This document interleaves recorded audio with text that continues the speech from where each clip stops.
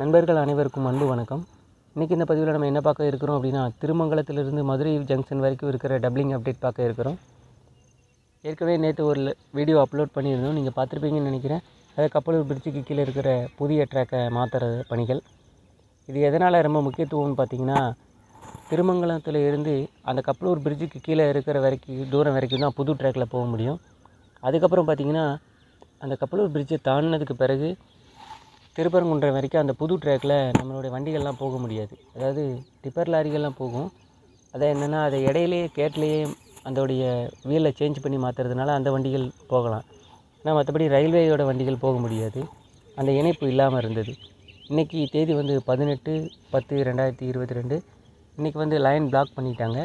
இந்த வீடியோ ஏற்கனவே வீடியோட டைட்டிலில் சொல்லியிருப்பேன். இது முந்தானத்து 16ஆம் தேதி எடுக்கப்பட்ட வீடியோ. இன்றைக்கி லைன் பிளாக் ஆகிடுச்சு. இப்போ இந்த கப்பலூர் பிரிட்ஜுக்கு கீழே அடிஷ்னலாக போடப்பட்ட ட்ராக்கில் என்ன பண்ணுறாங்க அப்படின்னா, புது ட்ராக்குக்கு பழைய ட்ராக்கை சேஞ்ச் பண்ணி விட்டுறாங்க. அதுக்கப்புறம் ஏற்கனவே இருந்த பழைய ட்ராக் புது ட்ராக்கோடு இணைச்சிருவாங்க. இதனால் என்ன ஆகும் அப்படின்னா, ஒரே லிங்க் ஆயிரும். அதாவது திருமங்கலத்தும் திருப்பரங்குன்றம் வரைக்கும் ரயில்வே வண்டிகளும் போக ஆரம்பிச்சிடும். அதாவது இந்த OHC வண்டிகள், அந்த plus rate rating, track alignment வண்டிகள் எல்லாமே போக ஆரம்பிச்சிடும். அதனால் இனிமேல் பணிகள் இன்னும் விரைவாக நடக்கும். இப்போது இந்த பகுதிகளில் பணிகளுக்கு ரொம்ப முக்கியத்துவம் கொடுத்துருக்காங்க. விரைந்து முடிக்கிறதுக்கான வேலைகளை நடந்துக்கிட்டு இருக்குது. அது மட்டும் இல்லாமல் மதுரை ஜங்ஷனுக்கு முன்னாடி நண்பர்கள் கேட்டிருந்தீங்க, ராமேஸ்வரம் போகிற ட்ராக் பகுதியெல்லாம் க்ளீன் பண்ணி வச்சுருக்காங்க அப்படின்னு. அது வேறு ஒன்றும் இல்லை, ஸ்விட்சிங் லைனுக்காக தான் பண்ணி வச்சுருக்காங்க. இப்போ பார்த்திங்கன்னா, மதுரையிலேருந்து ராமேஸ்வரம் வண்டி கிளம்புது அப்படிங்கும்போது, அதே நேரத்தில் திருநெல்வேலிக்கோ விருதுநகருக்கோ ஒரு வண்டி கிளம்புது அப்படின்னா, இது ரெண்டும் எக்ஸ் டைப்பில் வந்துடும். அதாவது மதுரை ஜங்ஷனுக்கு அடுத்து இடது பக்கம் திரும்ப வேண்டியது தான் ராமேஸ்வரம் ட்ராக். அப்படி இருக்கும்போது அந்த ட்ராக்கில் இந்த வண்டி போகும்போது குறுக்க வந்துடும். அதனால் இந்த ட்ரெயினுக்கு சிக்னல் கிடைக்காது, வெயிட் பண்ணிகிட்ருக்கும். ஸோ இந்த இதை தவிர்க்கிறதுக்காக சுவிட்ச் லைன் கொடுத்து ஒன்றாவது பிளாட்ஃபார்ம் 2வது பிளாட்ஃபாரத்துலேருந்து ராமேஸ்வரம் வண்டிகள் கிளம்புற மாதிரியான ட்ராக்கை அமைக்கிறாங்க. அப்படி அமைக்கும்போது என்ன ஆகுனா, ஒரே நேரத்தில் 2 வண்டியும் கிளம்புறதுக்கும் வர்றதுக்கும் வசதியாக இருக்கும். அந்த பணிகள் தான் அங்கே நடந்துகிட்ருக்குது. வாங்க இந்த வீடியோவில் முழுமையாக அதை பற்றி பார்க்கலாம். நண்பர்கள் இந்த வீடியோவை முழுமையாக பார்க்கணுன்னு கேட்டுக்கிறேன். இந்த வீடியோவில் டோல்கேட் வரைக்கும் பார்த்திங்கன்னா, இந்த பக்கமும் டோல்கேட்டுக்கு அந்த பக்கம் ஆப்போசிட் சைடும் எடுத்திருப்பேன். அது மற்றபடி பணிகள் எல்லாமே விரைவாக நடந்துகிட்டு இருக்குது. தேங்க்ஸ் ஃபார் வாட்சிங் ஃப்ரெண்ட்ஸ்.